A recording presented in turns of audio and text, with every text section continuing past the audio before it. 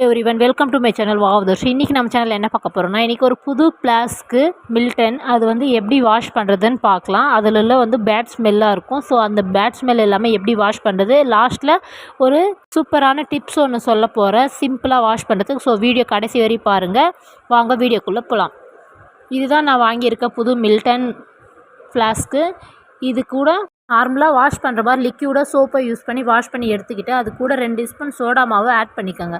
கூட ஒரு செம்ம க்ளீனிங் இன்க்ரீடியன்ட் பார்த்தீங்கன்னா ஒரு முழு லெமனை எடுத்து இந்த மாதிரி ஆஃப் சைஸாக கட் பண்ணிக்கிட்டு ரெண்டுத்தையும் நல்லா ஃப்ளாஸ்கில் நல்லா பிழிஞ்சு விட்டுக்கோங்க. அந்த சாறு வந்து அந்த சோடா மாவோடு சேர்ந்தால் ஒரு ரியாக்ஷன் ஆகும். ஸோ நுர மாதிரி பொங்கி வரும். ஸோ அதுதான் வந்து நல்லா க்ளீனிங்க்கு ஹெல்ப்ஃபுல்லாக இருக்கும்.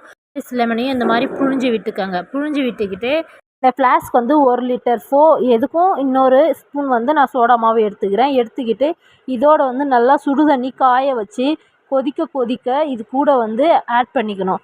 இந்த மாதிரி நல்லா சுடு தண்ணியை இது உள்ளே ஊற்றி விட்டுருங்க.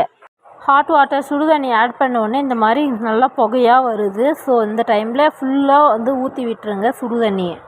இதோட லெட்டு வந்து நல்லா க்ளோஸ் பண்ணிக்கோங்க. டைட்டாக க்ளோஸ் பண்ணிக்கிட்டு இந்த மாதிரி நல்லா ஷேக் பண்ணி உங்களால் எவ்வளோ முடியுமோ அந்த ஷேப்பில் வச்சுக்கிட்டு 2 கையும் யூஸ் பண்ணி இந்த மாதிரி நல்லா திருப்பி நல்லா ஷேக் பண்ணி விடுங்க. இந்த மாதிரி நல்லா குலுக்கிறதுனால ஃப்ளாஸ்கோட எல்லா சைட்லேயும் வந்து இந்த வாட்டர் வந்து நல்லா ஸ்ப்ரெட் ஆகும். ஸோ நல்லா க்ளீனிங்காகவும் ஆகும். நான் ஃபஸ்ட்டு வீடியோ ஸ்டார்டிங்கில் காட்டின பாருங்கள், லாங்காக ஒரு ப்ரஷ்ஷு, ஸோ வாட்டர் பாட்டில் இந்த மாதிரி ஃப்ளாஸ்கெல்லாம் க்ளீன் பண்ணுற ப்ரஷ்ஷு. ஸோ அந்த மாதிரி அதை வச்சு நல்லா க்ளீன் பண்ணி எடுத்துக்கோங்க.